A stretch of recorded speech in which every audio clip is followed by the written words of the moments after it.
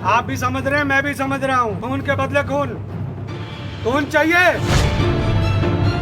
हिंदुस्तान में अब कोई लव जिहाद नहीं होगा।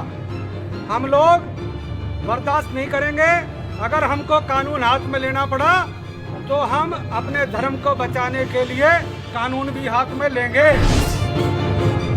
उस बेटी को 2018 से लगातार परेशान किया जा रहा है, परिवार के ऊपर दबाव डाला जा रहा है। भाई मारेंगे और जिसके हाथ में लगा वो ही मारेगा। हिंदुस्तान के अंदर 110 करोड़ हिंदू जिस दिन कट्टर हो गए, ये औरंगजेब और बाबर हुमायूं का राज नहीं है। देश के अंदर 110 करोड़ हिंदुओं को चैलेंज किया गया निकिता तोमर की हत्या करके। हम बर्दाश्त नहीं करेंगे, छोड़ेंगे नहीं। एक मांग करनी सेना करती है, सरेआम फरीदाबाद के उस चौक पर इसको गोली मारी जाए या इसको फांसी पे लटका जाए, ये हमारी मांग है। नगर सोसाइटी में इस परिवार, तोमर परिवार के बीच में, और ये जो सैकड़ों लोग खड़े हैं, मैं इनके सामने एक बात कहना चाह रहा हूँ। हिंदुस्तान में अब कोई लव जिहाद नहीं होगा। हम लोग बर्दाश्त नहीं करेंगे। अगर हमको कानून हाथ में लेना पड़ा तो हम अपने धर्म को बचाने के लिए कानून भी हाथ में लेंगे। क्या केवल मात्र हिंदुओं की बेटियों को ताली हो जाए भाई? ये नाटक मत करो भाई प्लीज। हाँ,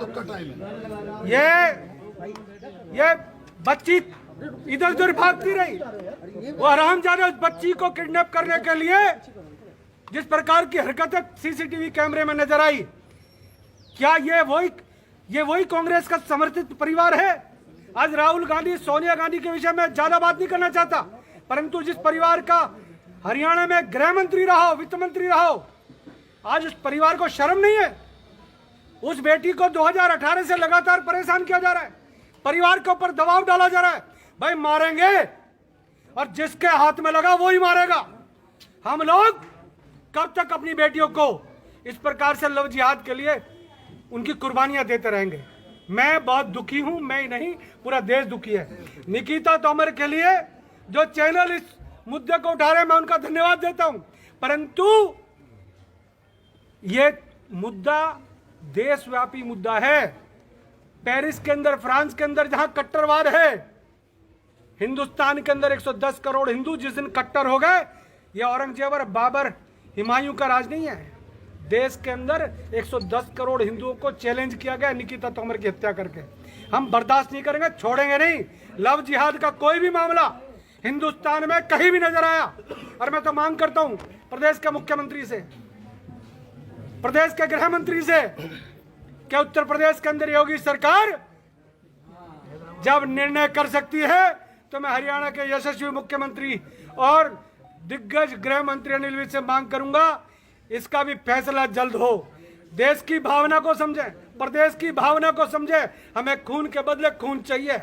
हमें निकिता ने जो अपने धर्म को बचाने के लिए अपनी कुर्बानी दी है, इन नालायकों, देखिएगा जो रिवॉल्वर जिससे हत्या की गई है, उस जो रिवॉल्वर को उपलब्ध कराने वाला इस्माइलुद्दीन, इसका मामा, जो भौंडसी जेल में बंद है, और जिसने रिवॉल्वर दी वो, और उसके साथ जो यहाँ इस षड्यंत्र में बैठे हुए हैं। अभी तो 3 गिरफ्तारी हुई हैं, अभी 30 गिरफ्तारियां और होंगी इस मामले में, क्योंकि 2018 में जिस प्रकार से इस परिवार के ऊपर लड़की के, निकिता के पिताजी खड़े, ब्रदर खड़े, पूरी बिरादरी खड़ी है, जिस प्रकार से दबाव डालकर 2018 में फैसला कराया गया।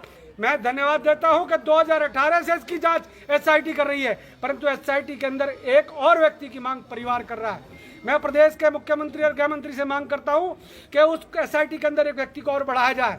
मैं मांग करता हूं कि जो परिवार कहता है हमें न्याय मिले, हमें न्याय मिले पहले, और न्याय अगर बातों से नहीं मिला तो तरीके बहुत है करनी सेना के पास न्याय लेने के, न्याय करने के।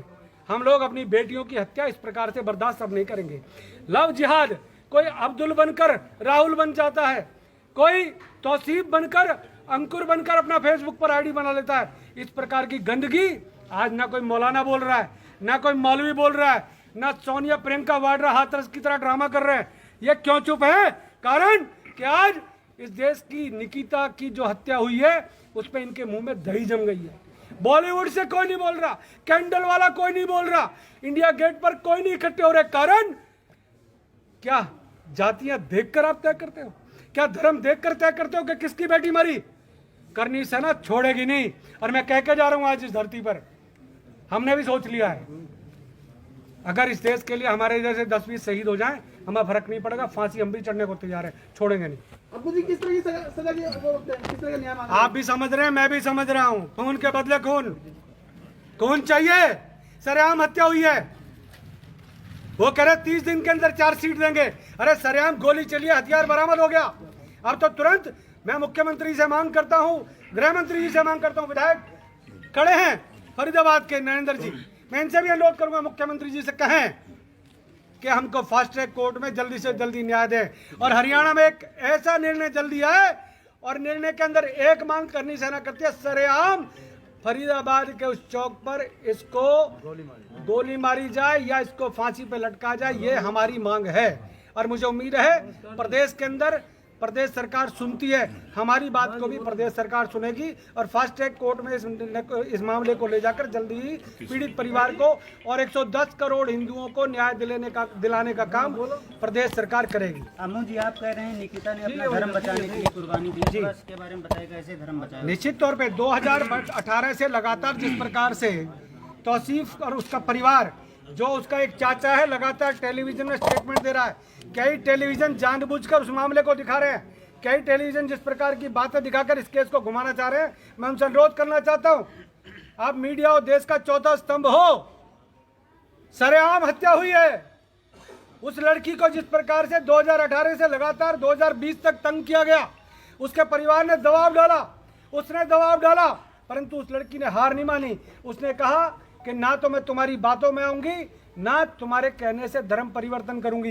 ये उस लड़की की शहादत है, ये 110 करोड़ हिंदुओं के धर्म को बचाने के लिए उसकी कुर्बानी है।